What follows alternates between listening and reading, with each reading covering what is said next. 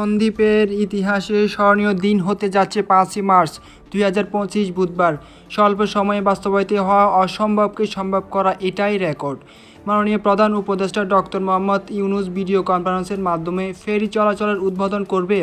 এছাড়াও ফেরি যোগে সন্দ্বীপ গিয়ে উদ্বোধনী অনুষ্ঠানে যোগ দিবেন বিদ্যুৎ ও খনিজ সম্পদ, সড়ক যোগাযোগ ও রেল মন্ত্রণালয়ের উপদেষ্টা, সন্দ্বীপের শ্রেষ্ঠ সন্তান ডক্টর ফয়জুল কবির খান, নৌ পরিবহন মন্ত্রণালয়ের উপদেষ্টা ব্রিগেডিয়ার জেনারেল সাখাওয়াত হোসেন, বন ও পরিবেশ এবং পানি সম্পদ মন্ত্রণালয়ের উপদেষ্টা সৈয়দ রেজওয়ানা হাসান, স্থানীয় সরকার ও ক্রীড়া মন্ত্রণালয়ের উপদেষ্টা আসিফ মাহমুদ সজীব ভূঁইয়া, মৎস্য ও পশু সম্পদ মন্ত্রণালয়ের উপদেষ্টা ফরিদা আক্তার, স্বরাষ্ট্র মন্ত্রণালয়ের বিশেষ সহকারী জনাব খোদাবক্স চৌধুরী ও বিভিন্ন মন্ত্রণালয়ের মাননীয় সচিবগণ ও অন্যান্য সদস্যবৃন্দ উপস্থিত থাকবেন।